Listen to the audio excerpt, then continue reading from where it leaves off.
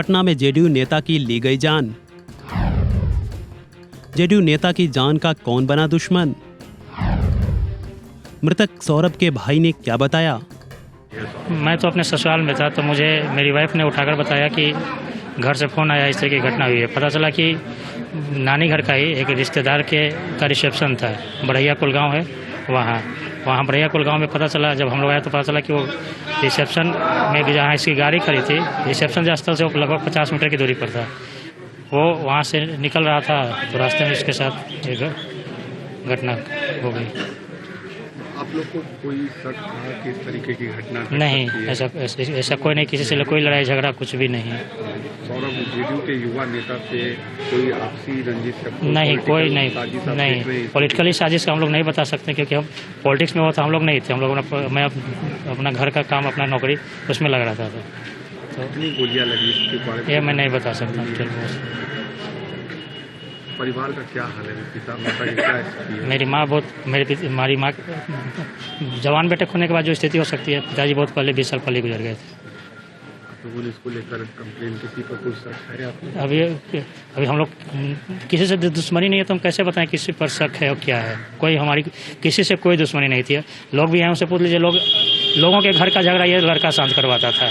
लोग आते थे कि भैया घर झगड़ा है, वो जाके भैया क्या लड़ रहे हैं, ये जाके शांत करवाता था। इसका झगड़ा किसी से क्या होगा? अब पता कर लीजिए। लोग जिस मिलनसार स्वभाव का था, लोग ये तो खुद लोगों के घर का झगड़ा शांत करवाता था। देखिए, जो हत्या हुई है वो दुखी करने वाली है, और जो भी इसके पीछे दोषी हैं और जिन्होंने भी इस पर खेल खेला है, उन पर कार्रवाई होगी, चाहे वो कोई भी हो।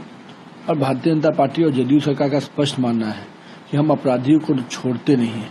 अपराधियों की जगह जेल होगी, और जिन्होंने भी ये कुकृत्य किया है उनको भी निश्चित रूप से पकड़ा जाएगा, कार्रवाई की जाएगी और जेल भेजा जाएगा। पुलिस प्रशासन के ऊपर सवाल खड़ा है। देखिए, घटनाएं चुनाव में रंजिश के रूप में होती हैं, लेकिन होने का कोई न्याय जायज विषय नहीं कहा जा सकता है। निश्चित रूप से हम उन चीजों को चेक करेंगे, जहां भी कमियां हैं उसको दुरुस्त करेंगे, लेकिन हमारे यहाँ अपराधियों को संरक्षण नहीं दिया जाता है।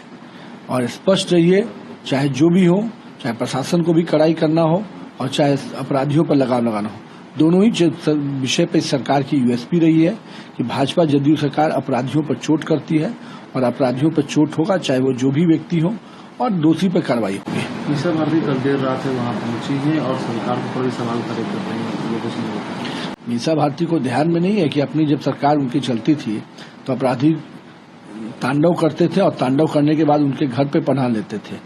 ये भाजपा जेडीयू की सरकार में नहीं है, और राजनीति के रोटी सेकने के लिए आपको मौका मिला, आप कर सकते हैं, मुझे कोई दिक्कत नहीं है। लेकिन मीसा भारती जी, आपके पार्टी का और आपके परिवार का जो ट्रैक रिकॉर्ड है वो अपराधियों को संरक्षण देने का है, इसलिए अपराधियों पर आप ना ही बोले तो अच्छा होगा।